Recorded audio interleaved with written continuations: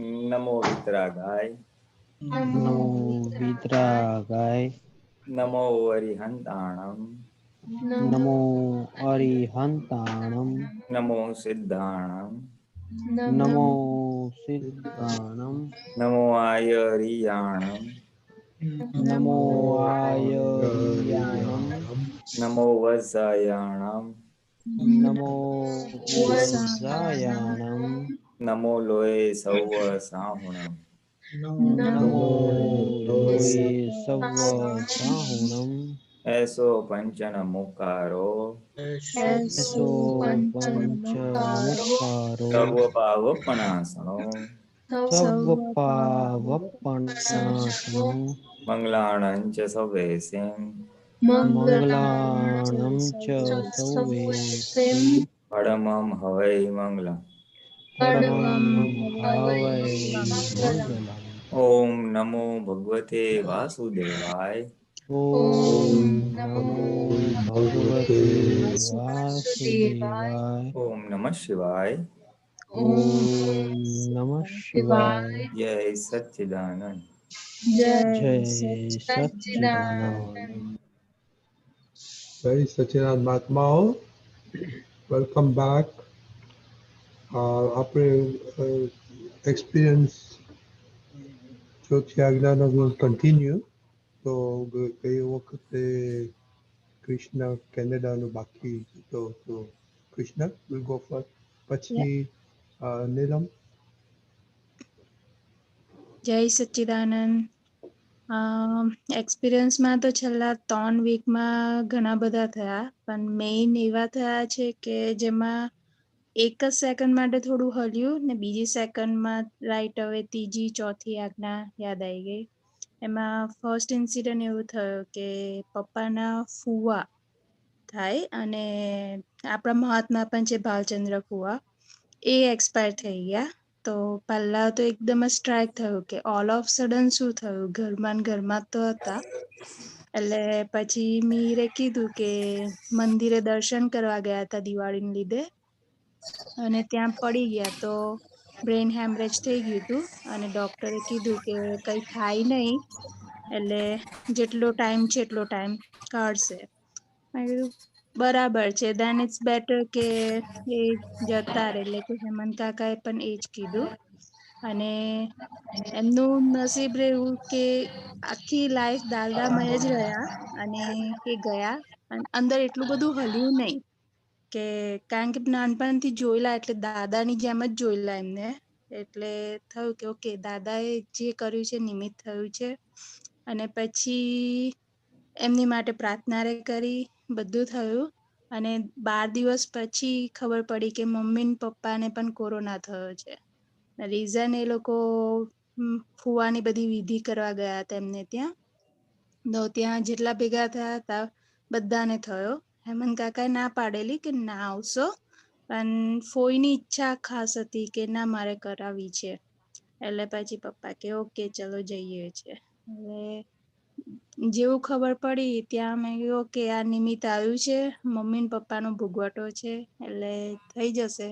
અને હું અહિયાં છું, મમ્મી પપ્પા ત્યાં છે, એટલે થોડું અંદર હલ્યું. એટલે પછી કીધું દાદા હવે તમને સોંપું છું, તમારે જે કરવું હોય તે.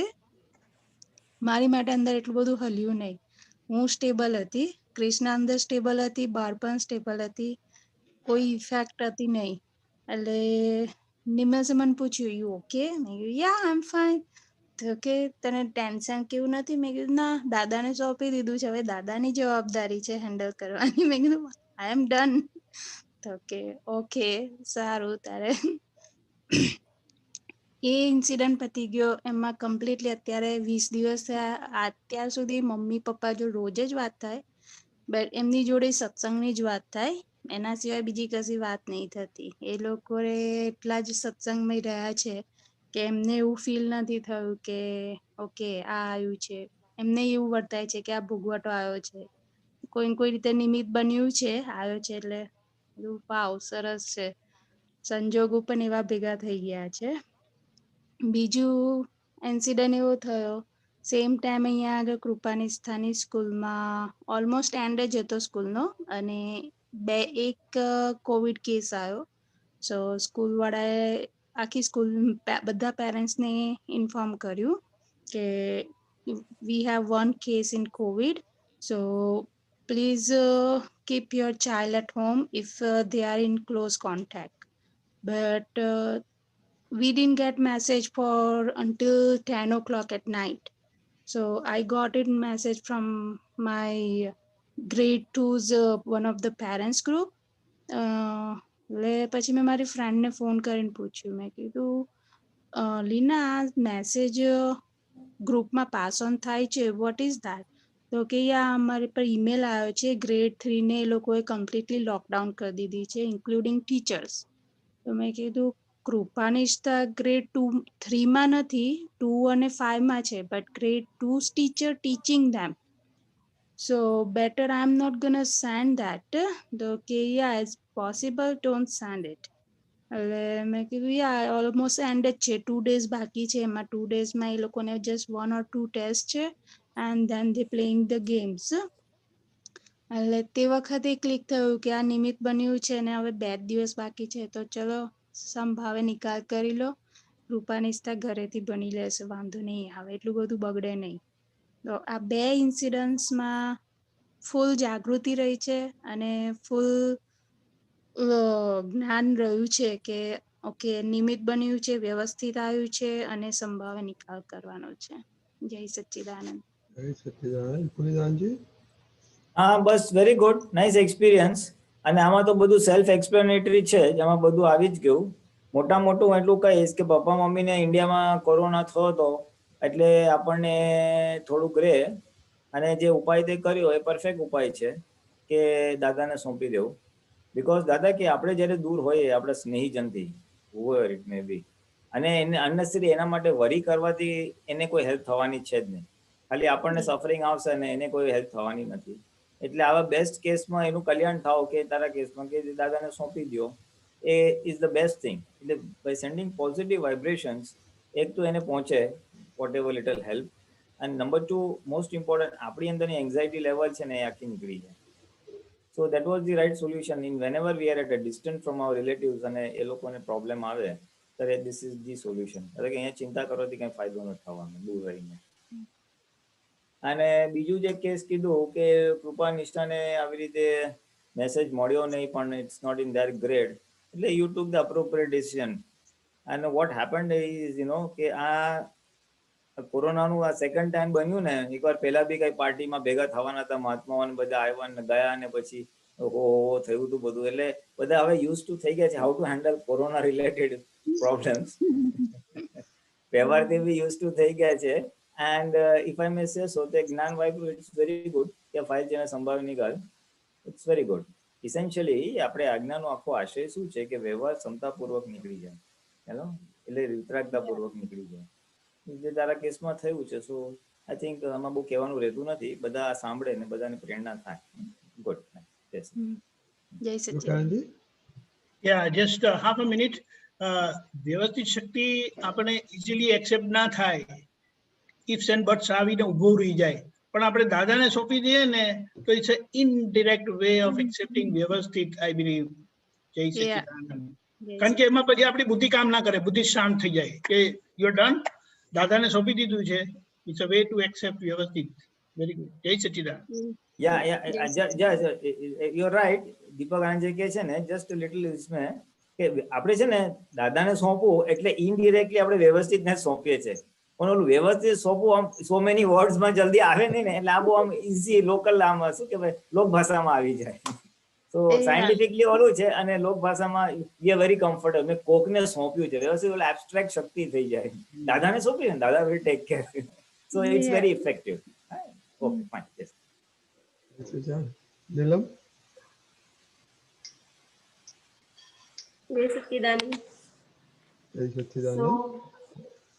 ફાઇલ મીન્સ ચોથી આજ્ઞા વેરી હેલ્પફુલ ફોર મી. અત્યારે અમારે ઘરના રિનોવેશન ચાલે છે, તો અમે 2 મહિના માટે મારો થોડો સામાન લઈને બીજે શિફ્ટ થયા છે. તો મીન્સ બધું જ્યારે બધું ડિસાઇડ થતું હતું ત્યારે એવું લાગતું હતું કે બધું કેવી રીતે થશે ને હાઉ થિંગ્સ વિલ ગો, કેવી રીતે કોના ઘરમાં રહેવા જઈશું. દેન પછી ઓપ્શન મળ્યું કે વિમલના એક ફ્રેન્ડ છે સોસાયટીમાં છે બિલ્ડિંગ છોડીને, so they have gone to their home town for 2-3 months. So એમનું ઘર અત્યારે ખાલી છે and they are on rent here. So they easily agreed. We just called them. So તરત જ એમને હા પાડી દીધી કે yes definitely you can go and stay there. So બધું વસ્તુ એની જગ્યાએ means everything was falling in place. So means એવું લાગતું હતું કે બધું પ્રી ડિસાઇડેડ છે અને હવે બધું એમ થાય છે એમ એવું થતું હતું લાગતું હતું. પછી એવું દાદાને સોંપેલું છે કે હવે જે ઘરનું આ બધું થાય છે ને એમાં બધું સારું થઈ જાય એમ. તો એમાં પછી વચ્ચે વચ્ચે પેલો કારીગર બધા આવે ના 2-3 દિવસ ત્યારે એમ બધું ઊંચું નીચું થઈ જતું હતું. ત્યારે આમ અંદરથી એવું થતું હતું કે તે દાદાને બધું સોંપી દીધું છે તો કેમ આવું પ્રોબ્લેમ થવો ના જોઈએ કે શું થશે કેવું થશે. પછી બધા ઇન્ટરનેટ પર બધા બીજા ઓપ્શન સારા દેખાતા હતા કે આપણે આને કેમ રાખ્યું આમ કેમ કર્યું આમ. એટલે આમ બધું બહુ જ અંદર ચાલતું હોય ત્યારે પછી એવું થતું હતું કે ઓલરેડી સમર્પણ કરી દીધું તો પછી તને આ બધા વિકલ્પ કેમ ઉભા થાય છે. તો પછી નીલમનું કોઈ કચાશ છે સમર્પણમાં કે દાદાને સોંપ્યું છે તો પછી મને એવું ના થવું જોઈએ કે આવું કેમ થાય છે આમ કેમ છે આ ઓપ્શન છે આ છે. એટલે એવું અંદર એવું સમજણ આપી કે તે દાદાને સોંપ્યું છે તો બસ પછી એની પર રે અને let's see what is happening. Okay now nothing is in our hand. તો એવું સમજણ આપી તો થોડું ચાલ્યું. પછી એવું પણ ધ્યાનમાં આવ્યું કે ચોથી આજ્ઞામાં મેઇન મને પ્રોબ્લેમ થતો તો ડીલિંગમાં. તો it was not with others, it was with my self only. File number 1 સાથે જે ડીલિંગ છે એ જ મેઇન હતું મારું. જો એની સાથે ડીલિંગ સારું થઈ જાય છે તો બાકીનો વ્યવહાર તો સારો જ જાય છે. મેઇન મારું ફાઇલ નંબર 1માં જે ઊંચું નીચું થાય છે એ મેઇન ફોકસ હતો. તો એમાં બધું બહુ દેખાયું નીલમનું બધા દોષો ને બધું બહુ દેખાયું. એટલે that was also very helpful for me કે એમાં શું ગમે છે નીલમને શું નથી ગમતું એ બધું ધ્યાનમાં આવ્યું. અને પછી આપણે નિગ્લેક્ટ કરીએ છીએ કે આત્મા પક્ષની જે વસ્તુ છે લાઈક વિધિ ને બધું કરવું જોઈએ તો આપણે એની માટે એક્સક્યુઝીસ કરીએ છીએ ટાઈમ નથી આમ નથી. But I have tried. મોર્નિંગમાં સવારે ખાલી 10-15 મિનિટ ટાઈમ કાઢું છું અને અત્યારે બહુ જ ઇઝીલી વસ્તુ થાય છે. તો એવું લાગ્યું કે આટલો જે ટાઈમ ગયો એમાં બસ આપણું નિગ્લેક્ટ હતું કે નિગ્લેક્ટ કરતા હતા વસ્તુઓને. That's why we were not able to do. એક વખત એક સાચો નિશ્ચય કરી લઈએ છીએ તો બધા સંજોગો એની જાતે ભેગા થઈ જાય છે. એવું લાગ્યું. બસ દેટ ઇઝ ઓલ. ગુડ. પ્રાણજી સચ્ચિદાનંદ. એક વસ્તુ કેવી છે કે વી ટ્રસ્ટ દાદા મોર દેન વ્યવસ્થિત શક્તિ એપરન્ટલી. એટલે ઇટ ડઝન્ટ મેટર. પણ આપણે દાદાને પકડ્યા છે એટલે પછી એમની આજ્ઞા આપણને ફિટ થઈ જ જશે. કારણ કે દાદા એઝ જ્ઞાની પુરુષ એન્ડ દાદા એન્ડ જ્ઞાની પુરુષ એન્ડ આજ્ઞા દે આર નોટ સેપરેટ. દાદા કીધું ને કે આજ્ઞા મારું હૃદય છે, જ્ઞાની પુરુષ મારું હૃદય છે એ હું છું અને આજ્ઞા એ મારું હૃદય છે. એટલે it's a good way that we trust Dada much more than his Agna in a way. But finally આ ટ્રસ્ટ દાદાના ઉપરનો ટ્રસ્ટ આપણને એના પર લઈ જશે. અને બીજું એમના પરનો ટ્રસ્ટ એમના આજ્ઞાનો ટ્રસ્ટ છે પણ આપણે હમણાં ડાયરેક્ટલી આજ્ઞા નથી પકડી શકતા. But through Dada it is great, really wonderful. અને ફાઇલ 1 જોડેનું ડીલિંગ એ બહુ સારી વસ્તુ છે. Because after all we have to come on to file number 1 only. કારણ કે all problems begin there. Problems are not outside. કારણ કે બહાર જે નિમિત્ત ભેગા થાય છે અને નિમિત્ત સ્વરૂપે આપણા લાઈફમાં આવે છે ને, ધ રૂટ કોઝ ઇઝ નૈમિતિક કારણ આપણી અંદર. કોઝિસ આર વિધિન અસ. અને બીજી એક 1 લેવલ હાયર આપણે જાગૃતિ પર જઈએ ને તો મારી અંદર મને આપણે જ્યારે કહીએ ને ત્યારે થોડી જાગૃતિ રાખવાની કે આ નીલમની અંદર નીલમને એટલે પેલી ટોપી છે ને આપણે પહેરી ના લઈએ. નહીં તો એની ક્લેરિટી નહીં રહી. એટલે આ થોડુંક આપણે અંદર એક હેન્ડલ મારવાની જરૂરત છે, સ્લોલી ગ્રેજ્યુઅલી, કે આપણે જ્યારે મને કહીએ મારો હિસાબ, મારું અંદરનું નૈમિતિક કારણ એમ કહીએ, ત્યારે આપણે સમજી લેવાનું કે આ ફાઇલ, કારણ કે આ મૂળ વસ્તુ શું છે કે જ્ઞાન મળેલું છે ને, એ એક બહુ સારી વાત હમણાં થોડા વખતના સત્સંગમાં થઈ છે કે જે જ્ઞાન મળેલું છે ને, આપણી અંદર શુક્લ ધ્યાન ઇનિશિએટ થયેલું છે, અને એ શુક્લ ધ્યાન આપણને 12th સ્ટેપિંગ પર લઈ જાય છે. જે સ્ટેપિંગ પર દાદા ઇન્ટરનલી હતા, one step ahead in that 12th step. આપણને ડોઝિંગ વાળું શુક્લ ધ્યાન છે, ત્યારે એમને ડોઝિંગ લેસ એટલે ફૂલ જાગ્રત શુક્લ ધ્યાન છે. એના માટે એમની જે સ્ટેજ છે ને એ ટ્રસ્ટવર્ધી થાય છે, આપણે અનુભવ આવે છે ને જાય છે. એટલે એ જે ભાગ છે ને એ આપણને ફાઇલથી, મન વચન કાયાથી, નામધારીથી ટોટલી સેપરેટ કરી દીધા છે, જે હકીકતમાં છે, પણ એનું જ્ઞાન, ભાન, અનુભવ, પ્રતીતિ એટલે શ્રદ્ધા, બિલીફ, ડાઉટલેસ બિલીફ હતી નહીં. પણ એમની પાસે જ્ઞાન મળવાથી આ ઇનિશિએટ થયેલું છે. It is a great achievement. એટલે વચ્ચેના કોઈ લેડરના સ્ટેપ પ્રેક્ટિકલી આપણા નથી. એટલા માટે આપણે શું કીધું છે? નામ અને નામની માયા રહેલી છે. આ ફોકસ કરવાની જરૂર છે. નામ અને નામની માયા જ રહેલી છે, બીજા કોઈ કર્મ રહેલા નથી. એને તમે બીજી રીતે ગમે તે રીતે ડિફાઇન કરો ને, પણ it બોઇલ્સ down to this facet only. એટલે નામ એટલે આ મન વચન કાયા, એની જોડેની માયા અને એના જોડે કનેક્ટેડ લોકોની, એને આપણે હેન્ડલ કરવાનું છે. એના માટે આજ્ઞા આપેલી છે. એટલે ધીસ ઇઝ ડુઇંગ ગ્રેટ. જય સચિદાનંદ.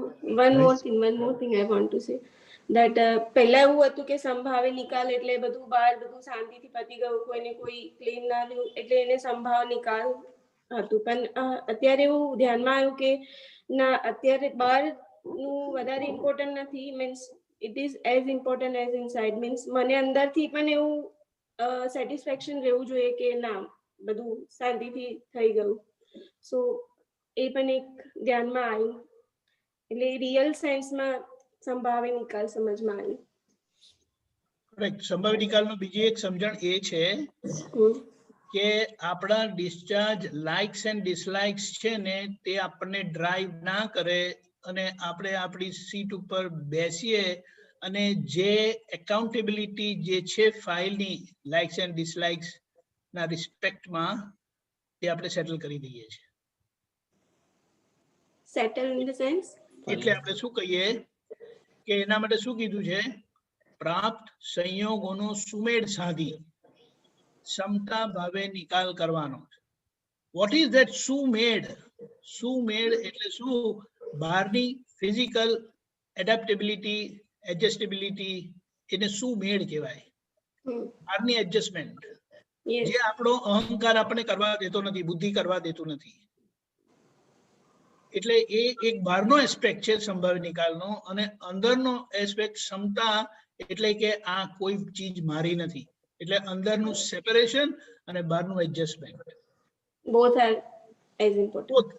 એ કોમ્બિનેશન ઇઝ સંભાવ્ય નિકાલ. Okay. જય સચ્ચિદાનંદ. Sunilaj, you have a comment?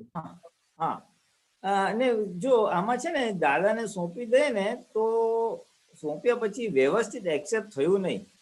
જે બન્યું, કારીગરોએ કામ કર્યું કે ના કર્યું, એ વ્યવસ્થિત એક્સેપ્ટ થયું નહીં, એટલે જરા અંદર ઉથલ પાથલ થઈ. એ ઉથલ પાથલ બીકોઝ એ વ્યવસ્થિત એક્સેપ્ટ થયું નહીં કે સારું આવું છે. એમ આપણી પાસે આવા કારીગરો ટાઈમથી કામ ન કરનારા ભેગા થયા.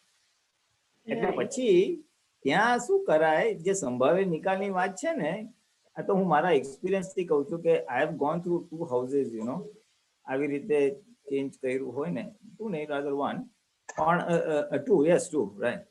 In Bombay I change 1 in Baroda. એમાં આપણે જ્યારે ઘર ચેન્જ કરીએ ત્યારે 2-3 એજન્સી સાથે કામ કરવાનું હોય, કડી હોય, પ્લમ્બર હોય, ઇલેક્ટ્રિશિયન હોય ને, એન્ડ એ સિન્ક્રોનાઇઝ થાય ને ના થાય, આજે આવું છું ને 2 દિવસ ના આવે ને, જ્યારે 1000 લફડા. આઈ નો ઓલ દેટ. પણ હું મારા એક્સપિરિયન્સથી કહું, મારા માટે તો બહુ જ નવું હતું. ફર્સ્ટ ટાઈમ મેં મૂવ ફ્રોમ ઇન બોમ્બે, મેં તો આ ચોથી આજ્ઞા લેફ્ટ રાઈટ એન્ડ સેન્ટર વાપરેલી. કારણ કે મારા માટે નવું, કોઈ આપણી જિંદગીમાં આવા કામ કર્યા ના હોય. પણ હું એક જ વસ્તુ કરતો હતા, ફાઇલ ઊભી જાય છે, સંભાવે નિકાલ કરવાની શક્તિ આપો.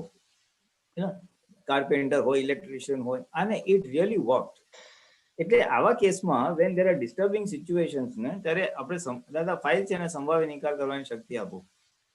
એનાથી શું થાય, પહેલા તો આપણી અંદર જે ઊંચું નીચું પરિણામ ઊભું થાય છે ને, બુદ્ધિના લેવલે અને મનના લેવલે, એ શાંત થઈ જાય. કારણ કે તમે ફાઇલ બોલ્યા ને એટલે તમારો અંદરનો જે અટેચમેન્ટ ભાગ છે ને, આમ થઈ જવું જોઈએ, એ અટેચમેન્ટ વાળો ભાગ જ ખેંચાઈ જાય છે.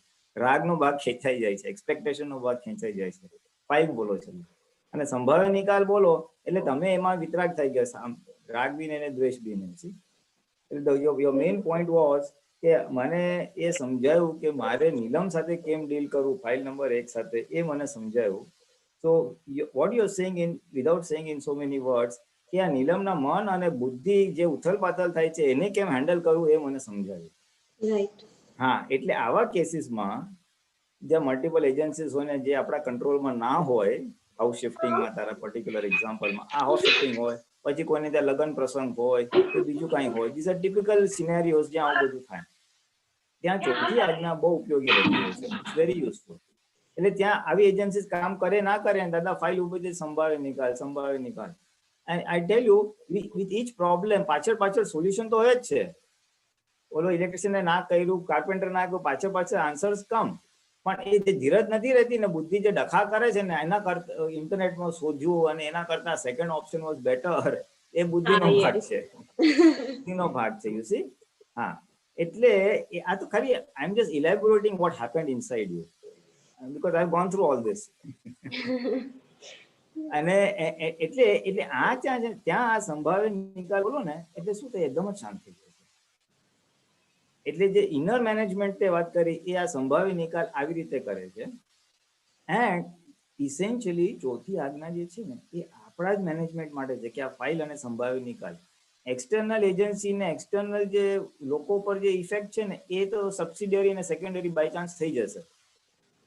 ના ગમતી વ્યક્તિ હોય તો એને અસર પહોંચશે. ને આ તમારા કેસમાં જે કાર્પેન્ટર્સ કે બધા વર્કમેન હતા, એ તો છે ને એના ટાઈમે આવશે જ.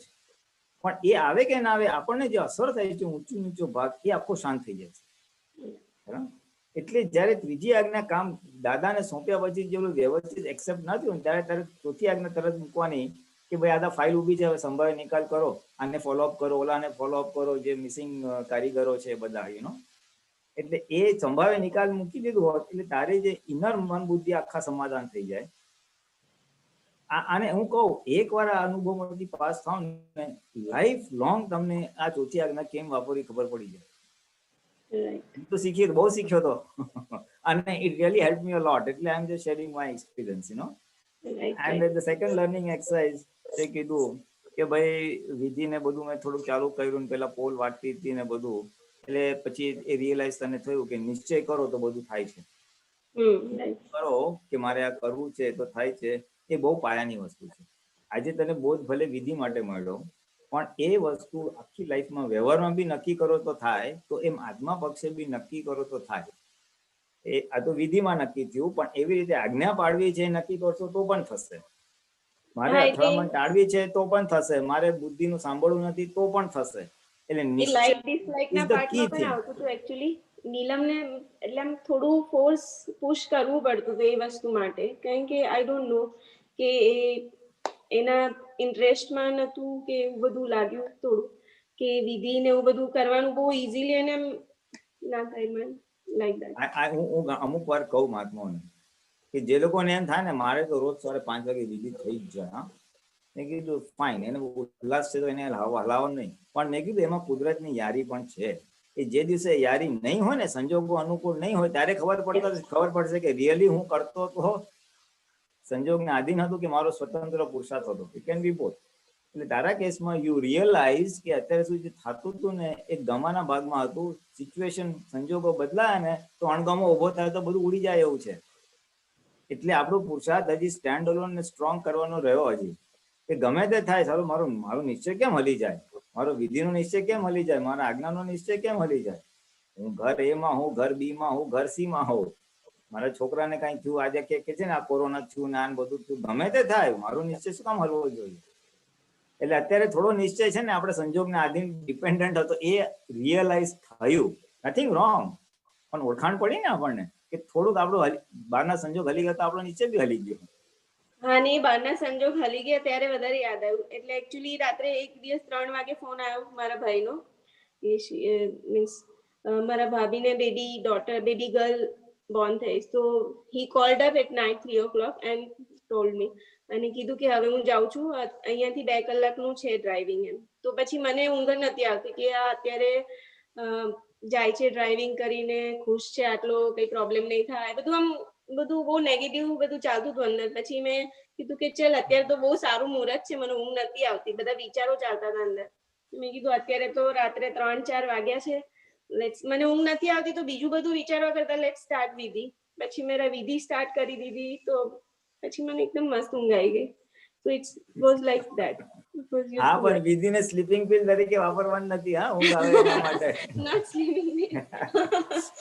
પણ what you did was right also, in the sense જ્યારે આપણે મિડનાઇટમાં ગમે ત્યારે ઊંઘ ઉડી જાય તો કંઈક ઉપયોગ ગોઠવો.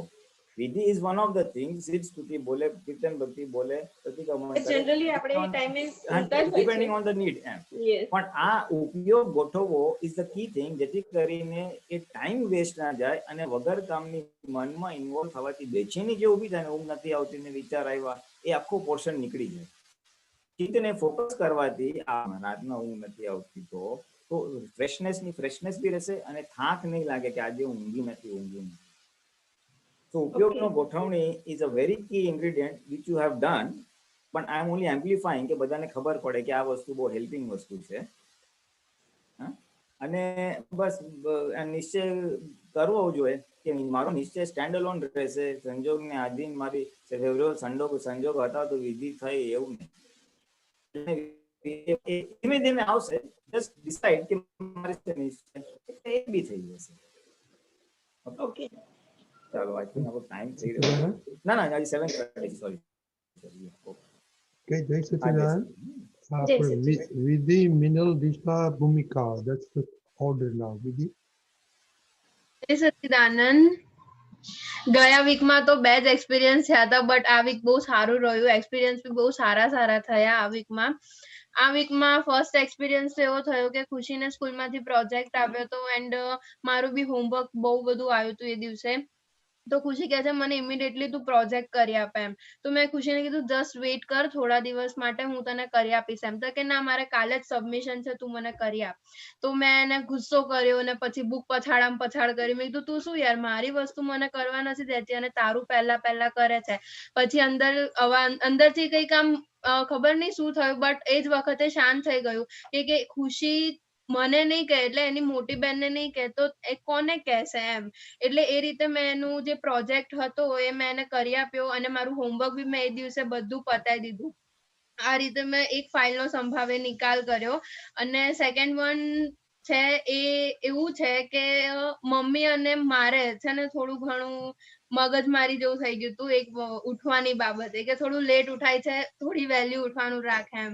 બટ પછી મમ્મી મને કોઈ બી કહે ને તો મને તરત આંખમાંથી આંસુ આવી જાય, ચાલુ થઈ જાય એમ. એટલે હું રડવાનું ચાલુ થઈ ગયું. પછી નવીન આનંદજીએ મને એક વખત એવું કીધું હતું કે જો તું રડીશ ને તો તે તારી ભૂલનું રક્ષણ કર્યું છે ને એવું થશે એમ.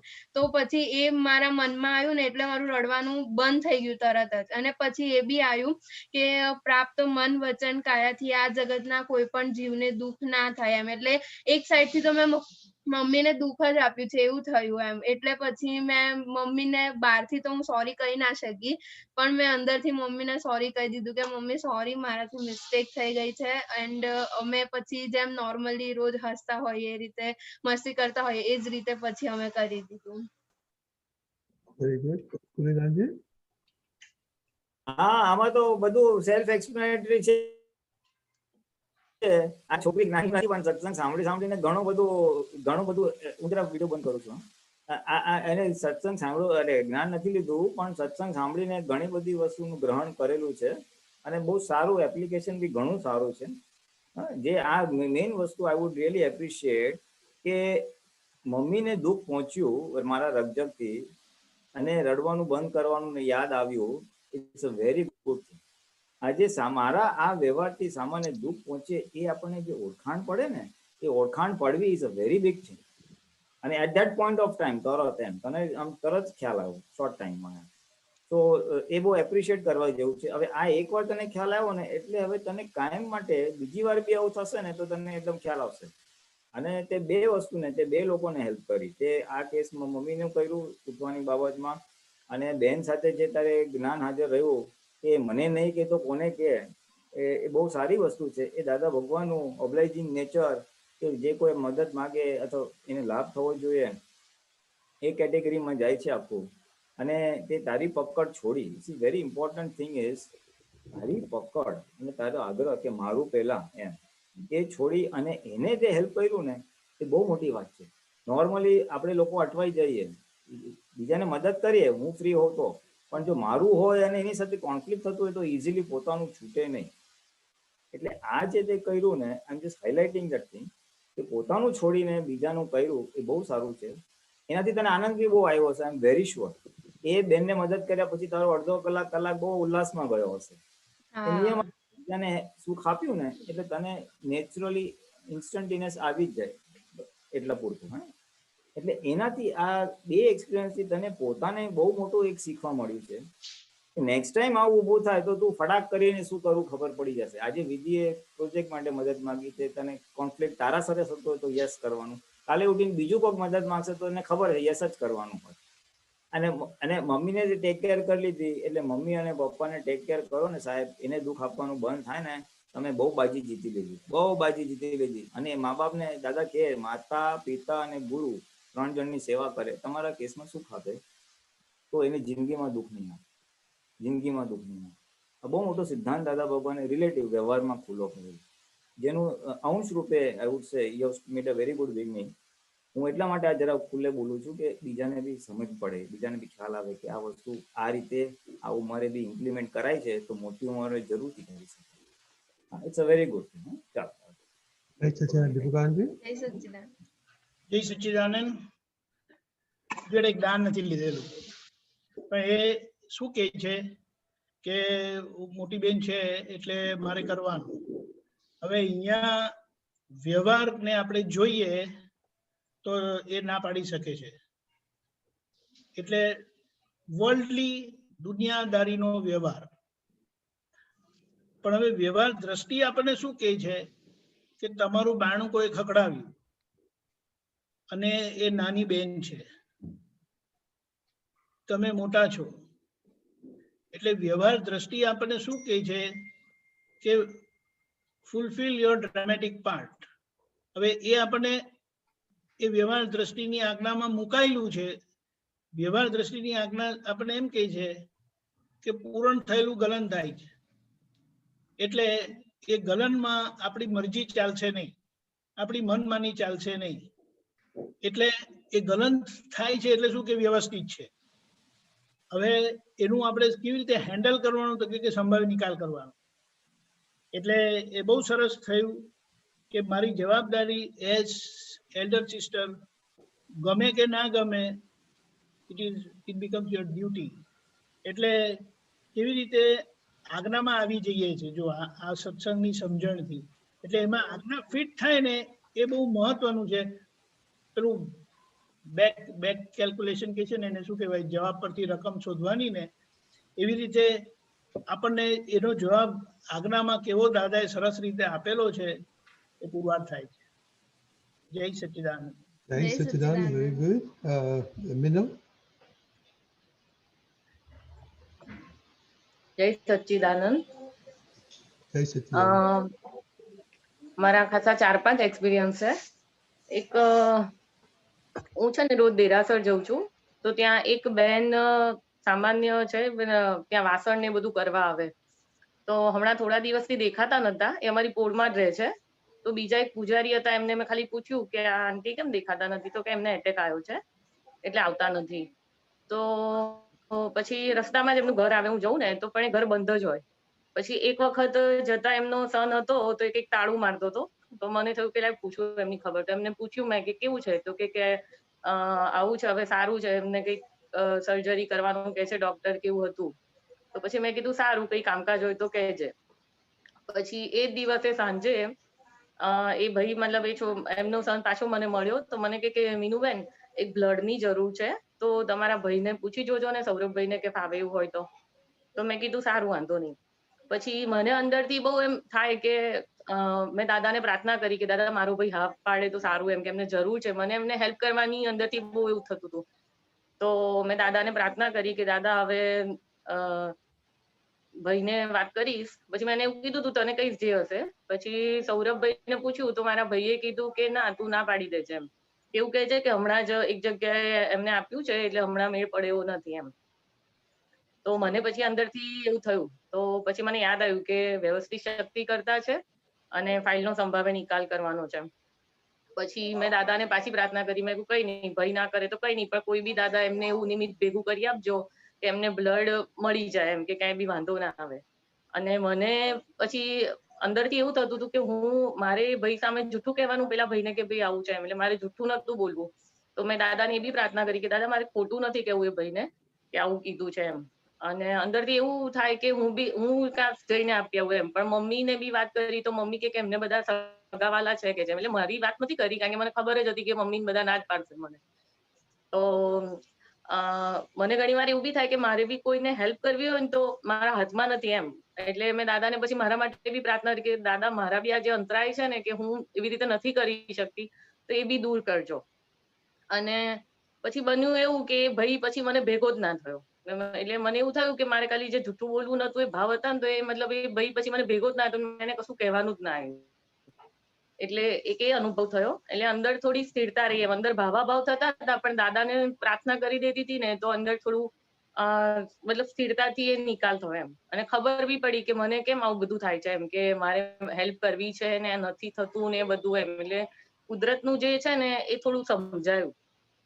પછી એક બીજો અનુભવ એવો થયો કે અમારી ઓફિસમાં એક વખત નીકળતી વખતે મારા સરે મને થોડા પેમેન્ટ 15-20 પેમેન્ટ કરવાના કીધા, પણ 10 મિનિટ જ બાકી હતી અને 20 પેમેન્ટનું એક લિસ્ટ આપી દીધું. અને દર વખતે મને એમનું નેટ બેન્કિંગનું આઈડી પાસવર્ડ ખોલીને આપી દે કે આટલા પેમેન્ટ કરવાના છે, અમાઉન્ટ લખી હોય સામે. તો લગભગ 4 વાગે હું ઓફિસમાંથી નીકળી જાઉં, પણ એ દિવસે 4:15 જેવું થઈ ગયું. પછી મને અહીંયા એવું થાય કે હું 15 મિનિટનો જ રસ્તો છે મારા ઘરનો, તો હું આવીને કીર્તન ભક્તિ ચાલુ કરું. તો દરેક વખતે હું આ કામ કરું ને તો પાછળ ચેક કરું, કારણ કે 2-3 મહિના પહેલા છે ને મારાથી એકવાર એક પેમેન્ટ ભૂલથી ખોટું થઈ ગયું હતું. અમાઉન્ટ ચેન્જ થઈ ગઈ હતી કે કોઈ બીજી પાર્ટીને જતું રહ્યું હતું. તો એ પછી હું રોજ ચેક કરતી હતી. તો એ દિવસે ઉતાવળમાં મારાથી ચેક બી ના થયું અને હું નીકળી ગઈ. પણ રસ્તામાં પાછું મને યાદ આવ્યું કે આજે મેં કર્યું પણ ચેક તો થયું નથી કે મેં પ્રોપર કર્યું કે નહીં. એમ બધા પેમેન્ટો કર્યા પછી એકવાર ચેક કરી લઉં. તો પાછું દાદા ભગવાનને પ્રાર્થના કરી કે દાદા હવે જેમ બી હોય કાલે સવારે ખબર પડશે, કારણ કે એની એન્ટ્રી બીજા ભાઈ કરે, એટલે પછી મને કે કઈ ભૂલ હોય તો દાદાને પાછું સોંપી દીધું કે દાદા ફાઇલનો સંભાવે નિકાલ કરાવજો જે પણ હોય. તો બીજા દિવસે ગઈ તો એ ભાઈને વાત કરી તો કે ના બરાબર છે, કોઈ બરાબર એટલે જે હતું એ પ્રમાણે જ છે એમ. એટલે એક વખતે આમ થોડી અંદર એ થઈ ગઈ કે ચલો દાદાને સોંપ્યું તો પત્યું. પછી એવી રીતે એક ત્રીજો અનુભવ એ હતો કે અમારા ઇન્કમ ટેક્સના રિટર્ન છે ને, મારું, મમ્મીનું અને ભાભીનું, એ હું ભરું. તો ખાસા 2-3 મહિનાથી મને એમ થાય કે હું ભરી દઉં, પણ મને અંદરથી એની હું વર્કિંગ કરવાનું મન ના થાય. તો હમણાં છેલ્લા 15 દિવસથી તો રોજ દેરાસરમાં જઉં તો પ્રાર્થના કરું કે દાદા ફાઇલ તમને સોંપું છું, મને ભરવું છે પણ મને ઈચ્છા નથી થતી એનું કામ કરવાની એમ. અંદર વાતચીત બી કરું, એવું કહું કે તું કોઈ ના થતું હોય તો તું કોઈ સીએ ને સોંપી દે એમ.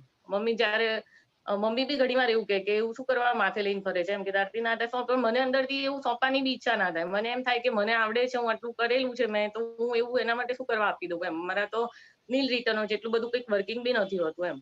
પણ એ કરવાનું મન ના થાય અને આપવાનું બી મન ના થાય અને કામ કરવા બેસવાનું મન ના થાય. પછી લાસ્ટ સેટરડે દીપક આનંદજીનો નાના છોકરાઓ સાથે સત્સંગ હતો ને, તો એમાં એમને કહ્યું હતું કે આપણને જે ના ગમે ને કહેવાનું કે મને આ ગમે છે અને હું આ કરીશ, દાદા શક્તિ તમે આપો. તો એ સેટરડે મેં પ્રયોગ કર્યો. રાત્રે નક્કી કર્યું કે મારે રિટર્ન ભરવું છે અને મને ગમે છે અને દાદા શક્તિ તમે આપો. 15-20 વાર રાત્રે બોલીને સુઈ ગઈ.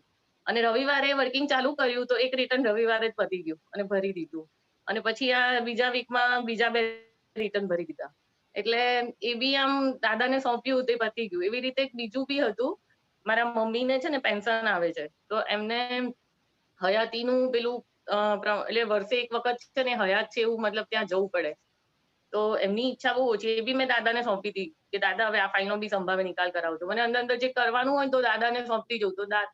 તો મમ્મી મતલબ ના પાડે કે મારે હવે કઈ ઈચ્છા નથી એમ જવાની, કશે નીચે ઉતરવું એમને ગમે નહીં. અમારે દાદા છે, હવે એજના લીધે એમને મન ના થાય.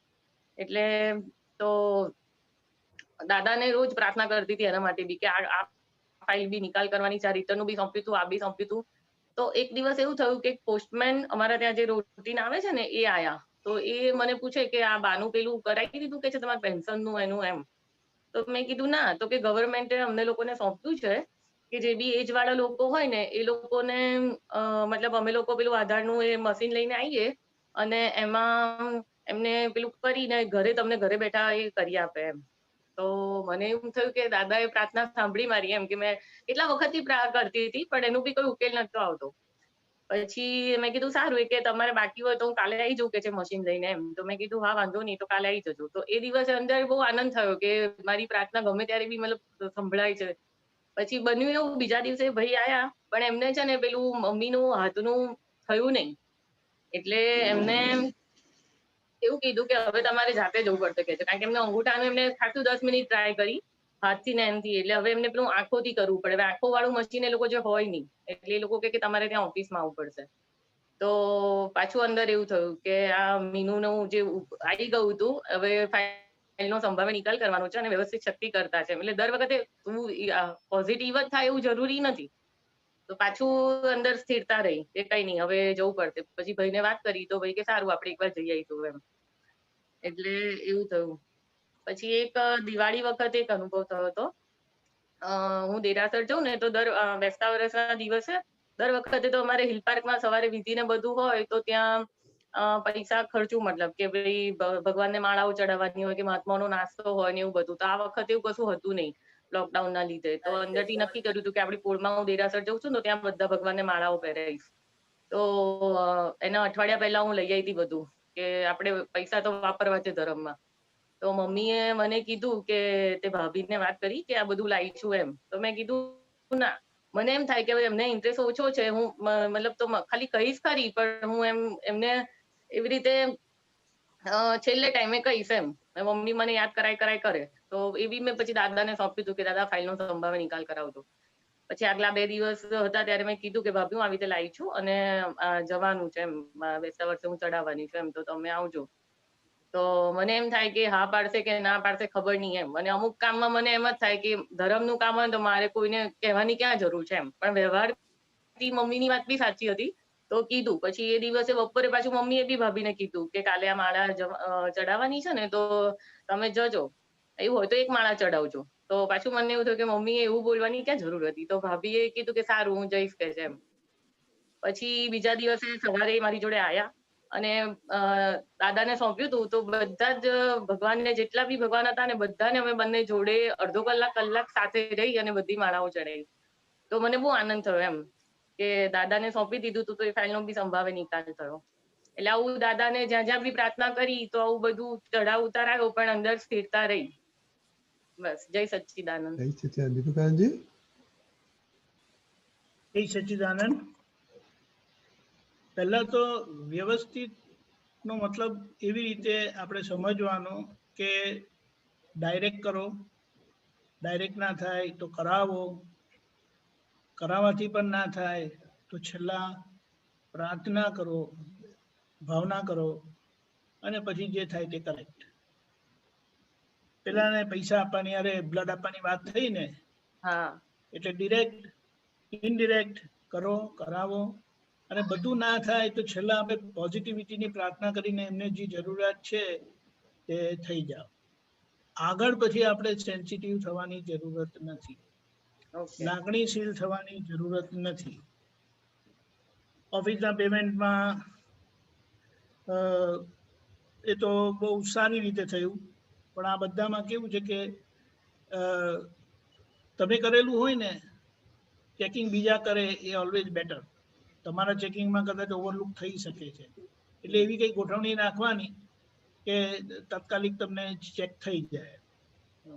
આઈટી રિટર્ન વાળું પણ કેવું છે કે હવે દાદાને સોંપો છો ને, હવે દાદાને સોંપવાથી ઇન અ વે આપણે આપણો નિશ્ચય એક્સપ્રેસ કરીએ છીએ, એન્ફોર્સ કરીએ છીએ કે હું આ નક્કી કરું છું દાદા મને હેલ્પ કરજો. હવે દાદા એટલે જે કુદરતી રીતે જીવી રહેલા છે, કુદરતને આધીન જીવી રહેલા છે, જીવીને દાખલા રૂપ આપણને બતાડી ગયા કે એ રીતે હશો તો શુદ્ધાત્માનો ઉપયોગ રહેશે, અને એમાં કંઈ પણ આડું અડું કરવા જશો તો ઉપયોગ નહીં રહે, કારણ કે પછી બીજું કંઈ કરવામાં જ જશે આપણું. એટલે અહીંયા એક બહુ સારી વાત આપણને સમજાય કે દાદાને સોંપી દેવાથી એક આપણો નિશ્ચય પણ, કારણ કે દાદાને સોંપેલું છે ભાઈ, દાદાને સોંપેલું, દાદા કરે એટલે આપણા તરફથી જે જોઈએ ને તે બધું પછી થાય જ. ખ્યાલ આવ્યો? એટલે આપણો નિમિત્ત ભાવ કાચો ના પડે. આ બધામાં મુખ્ય વસ્તુ શું છે કે આપણો નિમિત્ત ભાવ કાચો પડે ને તો કામ થાય નહીં. એટલે જ્યાં જે એટલે એને માટે એમ કીધું કે બોલવાના ગુનામાં નહીં આવવું અને ના બોલવાના ડબલ ગુનામાં પણ નહીં આવવાનું. અહીંયા એનો સટલ મિનિંગ અહીંયા એ રહેલો છે કે આપણો નિમિત્ત ભાવ બોલવાના ભાગમાં છે કે નથી બોલવાના ભાગમાં, એ નિમિત્ત ભાવ પૂરો કરવાનો, તો આપણે કુદરતના ઓબ્લિગેશન માંથી છૂટીએ. એ મહત્વનું છે. બરાબર. અને દિવાળીનું દેરાસરનું તો બધું સારી રીતે પતી ગયું, એટલે ફાઇન, ધેટ્સ ઇટ. જય સચ્ચિદાનંદ. જય સચ્ચિદાનંદ. પુનિતજી? હા, બસ બ્રીફલી દીપક આનંદ બધું કવર અપ કરી લીધું છે. આમ તો હું એટલું જ કહીશ, સી આમાં બેઝિકલી તારા 3 એક્ઝામ્પલ્સનો એનો કોર, એનો સાર શું છે કે મારે કંઈક કરવું હતું પણ એ રીતે થતું નથી. બ્લડ ડોનેશનમાં હેલ્પ કરવી હતી, આગ્રામાં ઓલા દેરાસરમાં માળા ચડાવી હતી, અને ઓલું આઈટી રિટર્ન છે. એટલે જ્યાં આવો કોન્ફ્લિક્ટ આપણા જીવનમાં આવશે કે કંઈક કરવું છે પણ આપણી મરજી મુજબ તરત અને ત્યારે થતું નથી, ત્યાં આ જે આપણું જ્ઞાન જે છે ને એ આટલી જગ્યાએ હેલ્પ કરે છે કે દાદાને સોંપો વ્યવસ્થિત કે સંભાવે નિકાલ. એમાં ઇસેન્શિયલી શું થઈ જાય છે, આપણે આગ્રહ, આપણો જે ભાગ છે ને એ આખું નીકળી જાય છે. આ ટાઈમે જલ્દી થઈ જવું જોઈએ. તમે સોંપો એટલે તમે કુદરતના ફ્લો સાથે તમે જાઓ છો, થવાનું તો છે જ, પણ એ આપણો જે આગ્રહ અને ફોર્સનો ભાગ છે જે આપણને જ બેચેની ઉત્પન્ન કરે છે એ આખું નીકળી જાય છે. અને બેઝિકલી અહિંસક ભાવ આવી જાય. એ સામેવાળો સમજતો નથી, ભાઈને કીધું આવતો કેમ નથી ને ભાભીને એમાં ક્યાં કહેવાની જરૂર છે ને, એ જે સામાન્ય દુઃખ થાય, જે હિંસક ભાવ છે એ નીકળી જાય છે. ઇસેન્શિયલી જ્યારે બી આપણે જીવનમાં કોન્ફ્લિક્ટ આવશે, એમને કે ચોથી આજ્ઞા વાપરશું, એ આ 2 વસ્તુ કરે છે, આપણો આગ્રહ રહિત અને અહિંસક ભાવ. એટલે બહુ સ્મૂથ ટ્રાન્ઝેક્શન થાય, એને લીધે આપણને બી ઠંડક થાય છે અને સામાન્ય બી ઠંડક થાય છે. એટલે આ કોર પ્રિન્સિપલ છે. બસ આજ્ઞા આ રીતે વાપરજો, બહુ સરસ છે. જય સચ્ચિદાનંદ. દિશા? જય સચ્ચિદાનંદ. અવાજ સંભળાય છે? હા, યસ, બોલો.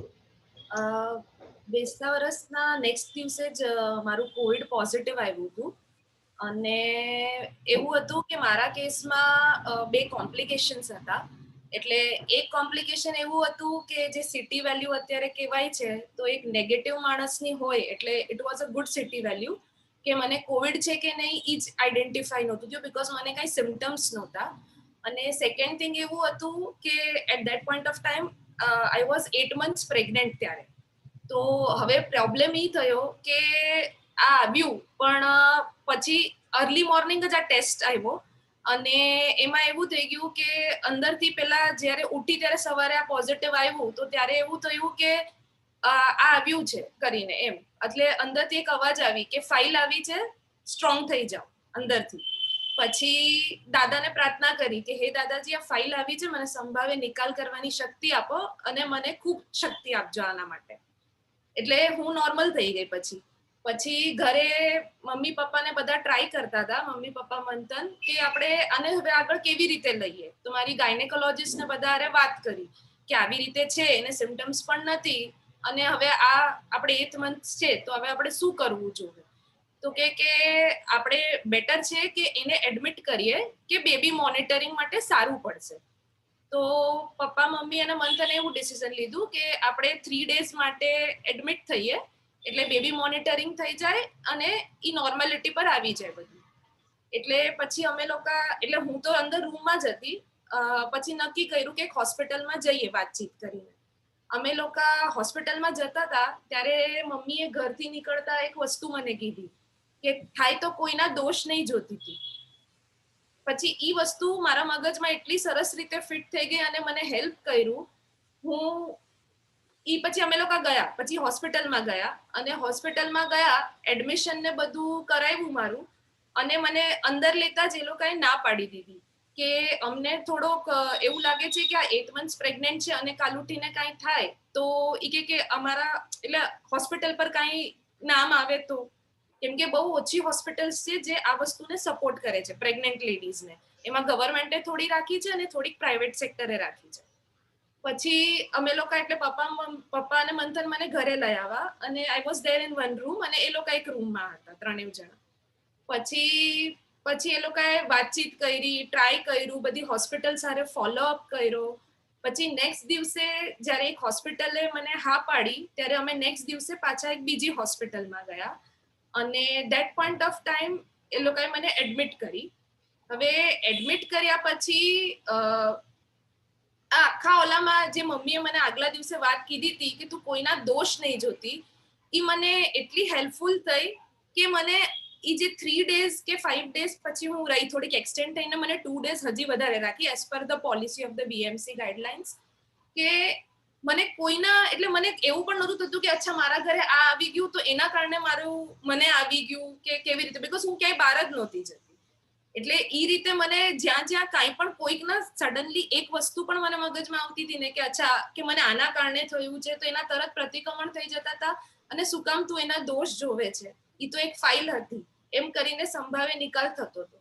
અને એના પછી ત્યાં એક એ વસ્તુ થઈ કે મને સહેજ ભાવે કે આ વાયરસ માટે પણ કે જે છે એ કહેવાય છે એના માટે પણ અચાનકથી પ્રતિક્રમણ થઈ ગયા કે ભાઈ મારી કંઈક ભૂલચૂક થઈ હોય તો મને ક્ષમા કરી દેજો. અને ત્યાંના હોસ્પિટલના સર્કમસ્ટેન્સીસ એવા બનતા હતા કે આ લોકોએ મારું ટ્વિન શેરિંગ લીધું હતું. હવે ટ્વિન શેરિંગમાં સેફટી માટે એવું હતું કે સેકન્ડ બેડ ઓલવેઝ ખાલી હતું. I was alone in the room. તો જે હોસ્પિટલની બધી પદ્ધતિઓ હોય 4-4:30 આવીને બધું બેડિંગ ને બધું કરી જાય, ચેન્જ કરે, તો એકચ્યુઅલી એવું થઈ ગયું કે હું એટલી સરસ રૂટીનમાં આવી ગઈ કે 4:30 આવે ને તો મને કોઈ પણ આવે ને તો કે આ ફાઇલ હવે સંભાવે નિકાલ, ઊભા થઈ જાઓ. પછી સરસ રીતે મારી ચરણવિધિ પણ ટાઈમસર સવારે થઈ જતી હતી ત્યાં. પછી બધા સત્સંગ, એટલે આખું રૂટીન એટલું સરસ સેટ થઈ ગયું કે મને એમાં કાંઈ જ પછી મને એટલે એવું પોઝિટિવ વાઇબ્સ મળે કે મને એવું કંઈ લાગ્યું જ નહીં કે મારે કે આ શું કહેવાય કે મને હું એક ઓલામાંથી પસાર થઈ રહી છું. બસ, જય સચ્ચિદાનંદ. પુલિંગાનજી? I think it's a very wonderful experience, very wonderful experience કે જ્યાં ડગલે પગલે ફાઇલ યાદ રહી. અને I would add one small dimension કે તે દાદાને સોંપ્યું, ફાઇલ આવી, ફર્સ્ટ ટાઈમ કોવિડ ને બધું ડિટેક્ટ થયું. પુલિંગાનજી, turn your video off. Yeah, okay. અવાજ બ્રેક થાય છે. Okay. એટલે it's a very good experience કે ફર્સ્ટ ટાઈમ તારે જયારે નક્કી થયું કે કોવિડ આવ્યું ને સંભાવે નિકાલ કરવો છે ને, I think that set the whole ball rolling. એમાં તારું ઇન્ટરનલ તો ચાલુ થઈ ગયું પણ જે લીકેજ થોડું ખૂટતું હશે ને તો એ મમ્મીના નિમિત્તે બી એ મળી ગયું કે મમ્મી તને એક હિન્ટ આપી દે છે કે કોઈના દોષ જોતી નહીં. એટલે Dada sometimes works in various ways. એ આવી રીતે નૈમિતિક તને જે થોડું બાકી હતું એ બી આપી દીધું. એટલે throughout your home departure to home arrival જે હોસ્પિટલમાં ગઈ આવી રહી એ બધામાં તને આખું જ્ઞાન હાજર રહ્યું. અને જે થોડો ભાગ છે એટલે જે બુદ્ધિ હાઈપર થાત કે આના લીધે આ કોઝ થયું ને હવે એ બી નીકળી ગયું. And because you are so very relax કે તને બધી વાયરસના બી ચાલો પ્રતિક્રમણ કરી નાખો કે એ જીવની કઈ હિંસા કરી હોય તો આગળ જવું. તો બેઝિકલી એક બોલ રોલ સેટ થઈ ગયો ને પાયામાં, એટલે બધી જગ્યાએ ફાઇલ સંભાવે નિકાલ રહ્યું અને ઓક્ઝિલરી એડવાન્ટેજીસ મળ્યા તને કે તારી એ બાને સવારના વિધિ બી થઈ ગઈ. And what happens is because of that વિધિ ઓર બી જાગૃતિ વધે. હા, ચોક્કસ. બીકોઝ ધેટ વિધિ આખો દિવસ વધારે જાગૃતિપૂર્વક જાય અને વધારે ઉલ્લાસપૂર્વક જાય. અને ઉલ્લાસ હોય ને એટલે જ્ઞાન તો એની માટે ફટાફટ આજ્ઞા એની માટે હાજર રહ્યા જ કરે. એટલે ઇટ વિમલજી, ક્યુમ્યુલેટિવ પ્રોસેસ. મને સ્પેર ટાઈમ એટલો બધો મળ્યો ને આ 5 ડેઝ, એટલે બધા સત્સંગથી લઈને બધી વસ્તુ, કેમ કે ઓફિસ ચાલુ છે, વર્ક ફ્રોમ હોમ છે, એટલે આ બધું લાઈનસર એક તો બધું હું કરી શકી. બીજું હું ઓનલાઈન છે ને દાદાજીની પુસ્તકો ડાઉનલોડ કરીને ગઈ હતી ફોન પર, તો શીલ દર્શક ને બધું, એટલે વાંચન થાય એટલું સરસ જાય, કેમ કે હું રૂમમાં એકલી. હા, એટલે હું એ જ કહું છું. એટલે આમાં કોર લર્નિંગ બીજા બધા માટે શું છે કે એકવાર તમે સંભાવે નિકાલ કે આપણી કોઈ બી આજ્ઞા ગોઠવો ને, એટલે આગળથી અંદરની જે સ્થિરતા થાય, એટલે આગળના સંજોગોમાં આપણે અટવાય નહીં, અંતસ્કરણ મન બુદ્ધિ હલાહલ કરે નહીં, એટલે વી આર એટ પીસ. એટલે મોટા કામ નાના ટાઈમમાં થઈ જાય. એટલે તમે ફ્રી ટાઈમ બહુ મળ્યા કરે છે. અને એ ફ્રી ટાઈમ બીકોઝ અંદરથી શાંતિ છે, અંતસ્કરણ શાંત છે, એટલે આજ્ઞાનું બહુ સરસ એપ્લિકેશન થાય. And not only that, હવે આજ્ઞા સિવાય બીજું શું, as you said કે મેં ઓનલાઈન સત્સંગ જોતી હતી અને આ ઓનલાઈન જે આપતવાણી કે અશ્લીલ દર્શક ડાઉનલોડ કરેલું એ હું જોતી હતી, વાંચતી હતી. So the key learning from the whole experience is કે એક તો અંતસ્કરણ શાંત થાય એટલે ઉલ્લાસ પરિણામ રહે. ઉલ્લાસ પરિણામ રહે એટલે આગળનું કઈ આપણને કુદરત મેસેજ બી મોકલતો હોય ને તો આપણે ગ્રહણ કરીએ કે મમ્મી કીધું યુ એક્સેપ્ટેડ. અને બીજું શું થાય કે કામ બધા સ્મૂથલી પતી જાય, જેટલું કહે છે work from home plus reading plus સત્સંગ થયું, અને એનાથી લિમિટેડ ટાઈમમાં મેક્સિમમ આઉટપુટ આત્મા પક્ષે થઈ જાય. So one little setting has so many advantages. આજ્ઞામાં જેટલું બળ છે એ આઈ થિંક તારા આખા એક્ઝામ્પલમાં આ બધું બહુ સરસ રીતે પ્રોજેક્ટ થાય છે. It's very good. Deepak Anandji, Jai Sachchidanand. Just એક વસ્તુ કેવી છે કે આપણો હિસાબ એટલે કે લાઈક ડિસલાઈક વ્યક્તિ માટે પણ હોય છે અને વસ્તુ માટે પણ હોય છે. એટલે એ બંને વસ્તુને કે વ્યક્તિને તરછોડ વાગવી ના જોઈએ. હવે જસ્ટ ફોર ઇન્ફોર્મેશન, આ જે વાયરસ છે ને, it is just a dead protein, but it is a bad protein which damages our tissue. અને એ લોકોએ હવામાં છોડી દીધું છે ટૂંકમાં થ્રુ હ્યુમન મીડિયા. આ તો સમજવા માટે. એટલે આપણે એની તરછોડ નહીં મારવાની, એટલે એમાં આવે છે વ્યક્તિ કે વસ્તુ બંને ઇમ્પોર્ટન્ટ છે, બંને સંભાવે નિકાલ માંગે. એનું એક બહુ ગ્રોસ એક્ઝામ્પલ ક્વિકલી આપી દઉં. મોજા કાઢ્યા, તમે પ્રોપરલી મૂકીને પેલા વોશિંગ મશીનમાં નાખ્યા અને આવી નામ કરીને થાળ કરીને નાખવું, તો બેમાં ફેર છે? બેમાં ફેર છે? જાણે મોજા હું પાછું પહેરવાનો ના હોય ને એવી રીતે ફેંકવું, તો એ એક પ્રકારની તરછોડ છે, એમાં ઇનડિફરન્સ છે, which is not right. Every individual કે વસ્તુ કે વ્યક્તિ needs proper amicable handling. નહીં તો તમને કોઈ જુએ તો એ શું બતાડે? what is that indication? Is that right or wrong? It is wrong. ખ્યાલ આવ્યો? એટલે આપણે શું કહીએ કે એમાં બધું જ આવી જાય છે. લિવિંગ એન્ડ નોન લિવિંગ બંને એસ્પેક્ટમાં આપણું હેન્ડલિંગ એમિકેબલ ફાઇનલી થાય. જય સચ્ચિદાનંદ. જય સચ્ચિદાનંદ. આપણે ઓલમોસ્ટ ટાઈમ થઈ ગયો, but we'll take last question. ભૂમિકા, experience of it. I have few. Jai Sachidanand. જય સચ્ચિદાનંદ. Amuk last week na છે. So I get frequent actually migraines અને ઘણીવાર I can't function properly. So એક બે વખત તો મારે સત્સંગ મિસ થયું હતું because of it, કારણ કે I just couldn't get up. પણ પછી થયું કે મારે કેમ સત્સંગ મિસ થાય છે, મારે જોબ હોય છે તો કેમ ઉઠીને જવાય છે. એ વખતે તો all of a sudden I don't know adrenaline આવી જાય છે, whatever it is, નિશ્ચય રેડી છે કે મારે જવાનું જ છે, તો હું જઈ શકું છું.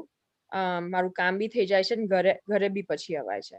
એટલે પછી મેં એવો નિશ્ચય કર્યો હતો કે ભાઈ મારે નથી સત્સંગ મિસ કરવું, મને ગમે તે રીતે ઉઠાડજો સવારના અને મારે સત્સંગ અટેન્ડ કરવું જ છે.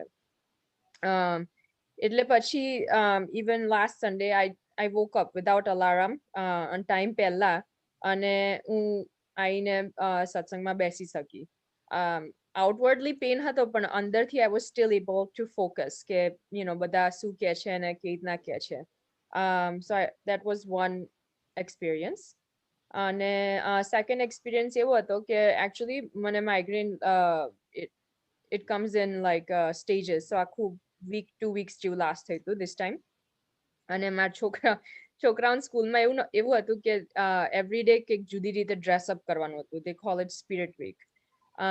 અને એક દિવસ મારે વધારે માઇગ્રેન હતું તો એ લોકોએ ડિસાઈડ કર્યું હતું કે ધેર ફેવરેટ હોલિડે માટે ડ્રેસઅપ કરવાનું હતું. તો આર્યાના એન્ડ સનાયા ચોઝ દિવાળી, એટલે એમને ઇન્ડિયન કપડાં ને એ બી પાછું ચણિયા ચોરી પહેરવા હતા. મેં એમને કીધું કે why not just dress up for Christmas time છે કે પણ that's not my favourite holiday. મેં કીધું ઓકે ફાઇન, તો આપણે એના એ રીતના ડ્રેસઅપ કરીએ, પણ મેં કીધું તમારે વહેલું ઉઠવાનું અને જાતે બ્રશ કરવાનું તો જ મમ્મીને ટાઈમ મળશે, કારણ કે મમ્મીને તમારું બ્રેકફાસ્ટ કરવાનું છે, પછી સ્કૂલમાં ડ્રોપ ઓફ કરવાનું, મારે બી જોબ પર જવાનું. એટલે મેં એમને 10 મિનિટ વહેલા બી ઉઠાડ્યા હતા. મેં કીધું કે ઓકે તમે લોકો બ્રશ કરો, ત્યાં સુધી હું બ્રશ કરીને રેડી થઈને આવું છું. હું રેડી થઈને ગઈ ત્યારે તો એ લોકો બ્રશ બી નતા કરતા, બેસીને ખાલી વાતો કરતા હતા. તો પછી આઈ ગોટ મેડ અને મેં કીધું ઓકે હવે તો સ્કૂલનો યુનિફોર્મ જ પહેરવાનો છે, કે આવું કેવું તમે મમ્મીને જરાય નથી હેલ્પ કરતા, આ બધું ડ્રેસઅપ બી કરવું છે ને પછી જરાય બી હેલ્પ ના કરો, એવું કેવું ચાલે? તો ઓફકોર્સ they started crying કે ના mummy we're gonna brush right now, you have to dress us up. પછી આઈ મીન અંદરથી તો ફ્રસ્ટ્રેશન હતો ને I still dress them up ને નીચે જઈને એમનું બ્રેકફાસ્ટ કર્યું. અને પછી સ્વરૂપ આવ્યો અને કે why are you so mad? મેં કીધું જો ને આ છોકરાઓ જરાય કશું હેલ્પ કરતા નથી ને I'm getting frustrated, I don't even have time to eat right now. અને જોબ પર જવાનું છે, ડ્રોપ ઓફ કરવાનું છે. ખાલી અને એક હાથ મારા શોલ્ડર પર મૂકીને કે learn to relax in life, learn to relax. અને મને એવું લાગ્યું કે એક નિમિત્ત બનીને આવીને ખબર નહીં ઓલ ધ વેઇટ ઓફ બધું વજન ઉતરી ગયું જાણે શોલ્ડર ઉપરથી. અને મેં કીધું આ એક ફાઇલ છે, મારે શાંતિથી ડીલિંગ કરવાની જરૂર છે. Me acting this way is not helping in any situation. એટલું કહીને બી ખબર નહીં મારું આખું ડીલિંગ ચેન્જ થઈ ગયું અને બધું જ થઈ ગયું. છોકરાઓએ શાંતિથી ખાઈ, યુઝ્યુઅલી ખાવામાં બી એ હર્ડ ટાઈમ આપતા હોય અને અડધો પોણો કલાક થાય એમને ખાતા, ખાલી દૂધ ને સિરિયલ. એટલે પછી એ લોકોએ ખાઈ બી લીધું, મારે બી બ્રેકફાસ્ટ ખવાયું, ટાઈમસર સ્કૂલે પહોંચ્યા અને મારે બી એક તો જોબ પર ટાઈમસર પહોંચી ગઈ. ઇટ્સ સચ અ સિમ્પલ ફ્રેઝ પણ એટલું બધું અફેક્ટ કરી ગયું મને. Third is having environment in the house. Actually અમારા આ વીક બી આ 2 વીકથી ચાલ્યું છે. તો આપણા ઝૂમ સત્સંગ છે, છોકરાઓનું સત્સંગ છે, સવારનું સત્સંગ છે. છોકરાઓ બી જોવે છે કે આપણે શું કરીએ છીએ અને શું નહીં. અને એક વખત આર્યાના તો ઘણીવાર ઉઠીને જોવે કે બા સવાર વહેલા એમની વિધિ કરતા હોય છે. તો પછી મેં એની સાથે ટોક કર્યું કે જો આપણે બી ઉઠીએ ને વહેલા તો આપણે સાથે કરી શકીએ છીએ, પણ કશું બોલી નહીં એ. અને હું નેક્સ્ટ દિવસ એને ઉઠાડવા ગઈ ને એ પહેલા તો હું જોઉં છું એને તો સનાયાને બી ઉઠાડીને એ બંને બેસીને ત્રિમંત્ર બી બોલતા હતા. આર્યાના ત્રિમંત્ર લીડ કરતી હતી, સનાયાને બોલાવતી હતી અને પછી મારી ચરણ વિધિની બુક લઈને એ આરતી બી કરતા હતા બંને જણા. અને હું એમની સાથે બેસીને પછી આરતી કરી. એટલું ઇટ ફીલ્સ ગુડ કે એ લોકો જોવે છે અને એની જાતે કરે છે.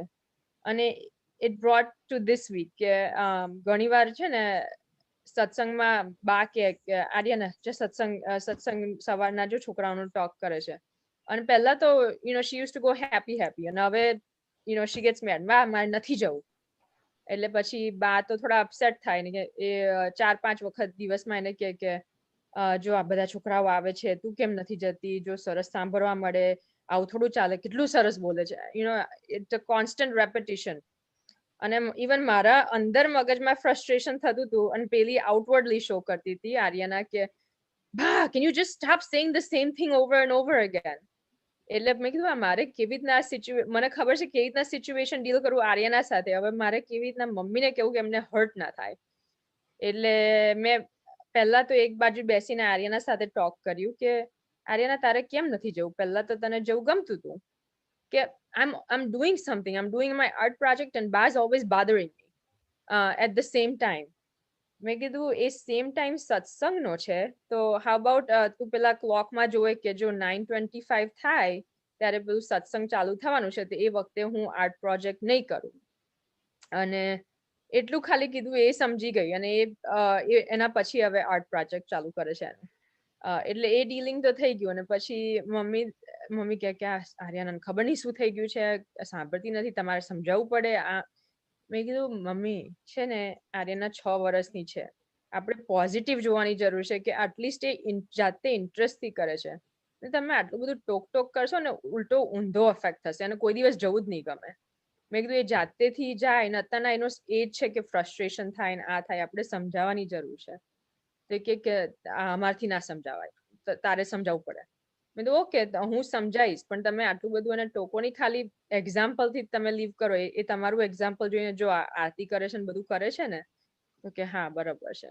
એટલે બંને સિચ્યુએશન સમહાવ સમજાઈ ગયા. ઇવન ધો ઇન્ટરનલ સમટાઈમ્સ ફ્રસ્ટ્રેશન થાય છે, પ્રાર્થના માંગીને આપણે જે કરીએ છીએ થઈ જાય શકે છે. That's it.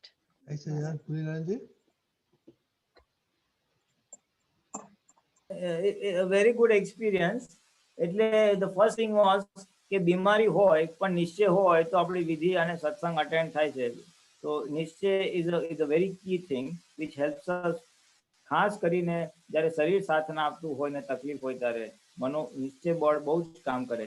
Basically in that આપણે આપણા મનની વિરુદ્ધ ચાલી રહ્યા છીએ. મન તો બતાવે સુઈ જાવ પણ એના વિરુદ્ધ ચાલવું, એટલે મનની વિરુદ્ધનો આ મોટો પુરુષાર્થ છે અને જે આપણને ઓલવેઝ જરૂરી બી છે અને હેલ્પ કરશે. કારણ કે મન તો બધું સંસારમાં ભટકાવી મારશે અને જવું છે મોક્ષે, એટલે મનની વિરુદ્ધ ચાલવું બહુ જરૂરી છે. એટલે નિશ્ચય આવો જે કર્યો that goes in that category. It's very good. પછી તે જ્યારે નક્કી કર્યું, સંભાવે નિકાલ કર્યું છે એન્ડ ધેન યુ ફાઉન્ડ કે કિડ્સ પર બી આખી અસર થાય છે. જે એને કીધું ને જસ્ટ રિલેક્સ, આટલું તું રશ કરે છે અને રિલેક્સ થાય એટલે ઇન વે સંભાવે નિકાલ, તો છોકરાઓ એની મેં તે ફટ ખાઈ લે. એટલે ચોથી આજ્ઞા આપણને તો શાંત કરે જ છે આપણું અંતસ્કરણ, પણ it also affect the other opposite person, જો વ્યક્તિ ઇન્વોલ્વ હોય તો, અને એને બી અસર કરે, એ શાંત થાય અને છોકરાઓએ બી જે 45 મિનિટ્સ લે બ્રેકફાસ્ટમાં શોર્ટમાં પતી ગયું છે. So that is just to amplify the effect of the fourth આજ્ઞા. And the third thing was lead by example. કે ટોક કરવા કરતા આપણે કરી બતાવો, તો એમાં બધું આવી ગયું છે. ટાઈમ ઓછો છે ને એટલે જરા હું અહીંયા પોઝ કરી દઈશ.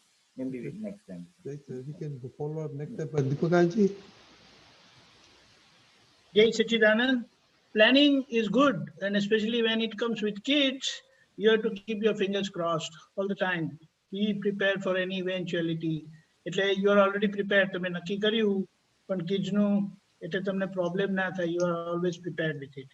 બીજું લર્નિંગનો પ્રિન્સિપલ છે, as you see so you learn. જે lead by example. એટલે આપણું પરફોર્મન્સ ક્યારે પણ ડાઉન ના જવું જોઈએ, because you are being watched, especially the kids. Jai Sachidanand. Jai Sachidanand. One lesson also, relax word, it is a miracle word. If we decide to do that all the time, then everything falls into place. That's my experience. Jai Sachidanand. This was excellent sessions today, and I think Pulinaji will continue this, right? Yes. આપણે જરૂર હજી at least એક week તો કરીએ છે. Then if required we may change the topic, but next week we are continuing this week with Sambhave Nikal. More experiences on Sambhave Nikal. I think it is very good, coming out good, and next opening batsman will be Manthan next Sunday. Okay. Jai Sachidanand. Deepakanji, just the 3 mantra bola or no repetition, because we don't have time. Just Bada will talk. Satya boli. Namo Varihantanam. Namo Siddhanam. Namo Mayariyanam. Namo Vajrayanam. Namo Loe Sapasam. Nesto Panchanamkaro. Savvapavapanasanam. Mangalancha Sumyasim. Mangalam. Om Namo Bhagavate Vasudevaya. Namah Shivaya. Jai Sachidanand. Jai Sachidanand.